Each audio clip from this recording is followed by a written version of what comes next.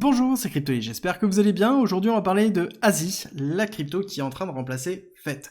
Et oui, c'est en train de se faire petit à petit. C'est un projet qui est vraiment très intéressant, dans lequel on a une fusion de 3 autres protocoles qui sont dans l'intelligence artificielle. Je vous explique tout maintenant, ce qui va se passer, pourquoi ça peut être intéressant à suivre. Pour ceux qui me connaissent pas, je suis entrepreneur, investisseur et trader crypto, et aujourd'hui, donc, on va parler de FET, mais pas totalement, parce qu'on va parler pas que de FET, on va parler de FET, on va parler d'Océane et de Agix, qui sont les 3 cryptos qui fusionnent dans un seul et unique protocole, dans un seul et unique ticker qui s'appelle Artificial Super Intelligence Alliance, ASI. Alors oui, c'est quelque chose qui est très important, parce que en l'occurrence, on voit que ça a beaucoup changé. Et oui, ça a été quelque chose qui est arrivé un petit peu comme un cheveu sur la soupe à un moment donné. C'est arrivé, il y a eu un vote de l'ensemble des 3 communautés, ça a été validé. Et oui, concrètement, 3 protocoles vont fusionner ensemble, vont garder leur identité chacun de leur côté, mais vont fusionner, en tout cas mettre en commun leurs forces pour pouvoir développer autour de l'intelligence artificielle qui est décentralisée et non gouvernée par une entité centralisée, comme on peut le voir avec OpenAI et ChatGPT par exemple. Le but, c'est de centraliser les efforts pour pouvoir justement arriver à ce but-là.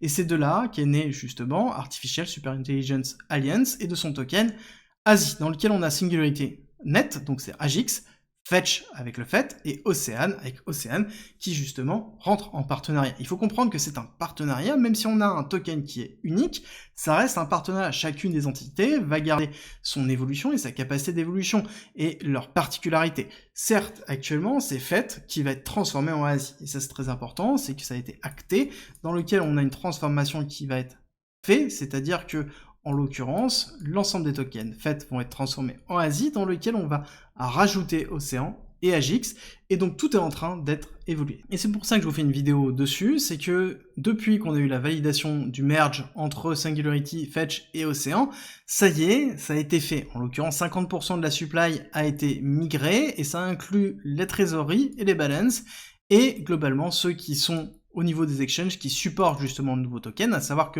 on a un certain nombre qui ont refusé de le faire, donc je pense que ça va changer petit à petit au fur et à mesure, et donc c'est FET qui va devenir Artificial Super Intelligence Alliance. Si vous êtes sur un des gros protocoles qui existent déjà, ou des gros exchanges comme par exemple BitGet, il y a de grandes chances que ce soit fait automatiquement, et que petit à petit ça se fasse au fur et à mesure. Mais en l'occurrence, si jamais vous avez une problématique, n'hésitez pas à aller voir directement sur leur Twitter qui s'appelle justement ASI_Alliance, dans lequel vous avez beaucoup d'informations qui vous expliquent l'ensemble des évolutions qui pourront en découler. Encore une fois, le projet en lui-même est très intéressant sur le papier, et je dis bien sur le papier, parce que en l'occurrence, à part déterminer ici la migration, on n'a aucune autre information. Et oui, comprenez bien que c'est bien la problématique que nous avons maintenant. C'est-à-dire qu'on sait qu'ils vont s'allier, mais on ne sait pas comment ça va se passer, on ne sait pas exactement quel est le projet dans lequel ils vont mettre en place. Là, actuellement, on nous parle de commercialisation, hop, ici, sur le Twitter, de commercialisation de fonctions d'intelligence artificielle, mais en l'occurrence, on ne sait pas exactement comment ça va se dérouler. On sait qu'ils sont en train d'investir maintenant dans une infrastructure qui s'appelle Agi, cette fois-ci. Ils ont investi 53 millions de dollars pour pouvoir construire cette infrastructure, pour pouvoir supporter justement leur travail sur l'intelligence artificielle. Mais quelle va être la finalité? Et en quoi le travail de 3 acteurs qui sont quand même séparés, avec une visibilité et une vision qui peut être un petit peu différente, va arriver à aboutir? C'est une des grosses problématiques de ce projet-là, et c'est que on a une grosse spéculation qui se fait autour du projet, mais par contre, rien de réellement concret pour l'instant.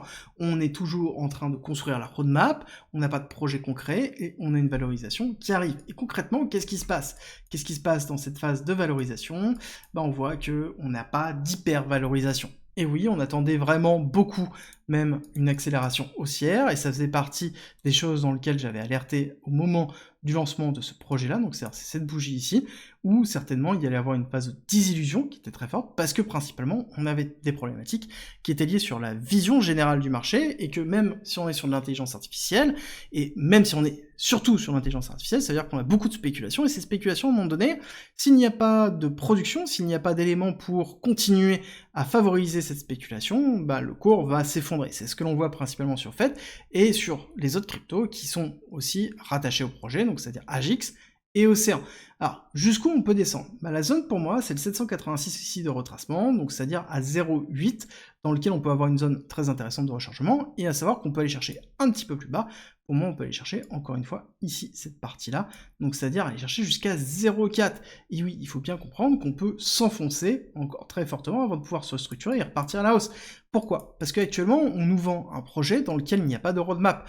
Oui, c'est 3 projets qui ont chacun leur écosystème, mais encore une fois, ce sont des projets qui ont une hyper-valorisation, non pas par ce qu'ils produisent, mais par le fait qu'ils soient dans l'intelligence artificielle. Et c'est pas le fait de les regrouper ensemble pour créer quelque chose dans l'intelligence artificielle d'encore plus gros, mais sans roadmap et sans point réellement concret, que ça va fonctionner. Et c'est pas quelque chose qui va rattraper derrière, par exemple, BitTensor et Tao, parce que derrière, BitTensor et Tao, c'est une infrastructure qui est concrète et réelle. Là, actuellement, on n'a pas, je le répète, je suis désolé, encore une fois, de roadmap pour les deux. Par contre, ça ne veut pas dire qu'on ne peut pas en avoir, mais ça veut dire qu'ici, il y a peut-être une opportunité, si on veut prendre le risque, que si on arrive dans des zones de rechargement très intéressantes, de prendre le risque de se dire, ok, bah peut-être à un moment donné, la roadmap, quand elle sortira, elle sera suffisamment intéressante pour recréer de la spéculation, et peut-être on aura derrière un nouveau narratif, ou une nouvelle injection de liquidité dans le narratif de l'intelligence artificielle et de la robotique, comme on est en train de le voir au niveau de Nvidia, parce que Nvidia a fait une annonce très forte de ce côté-là, et justement, on pourra avoir un intérêt autour de ça, parce qu'on sait que c'est un narratif qui est très présent sur le marché traditionnel, avec Nvidia, qui suite à une annonce, augmente de 11%. Donc si jamais on a réellement une hyper-accélération de notre côté, un retour de la spéculation, il y a de grandes chances de se retrouver en effet sur ce nouveau token avec une accélération. Mais jusqu'où on va descendre avant de voir cette accélération? Et jusqu'où vous voulez prendre du risque pour rentrer dans cette hyper-accélération?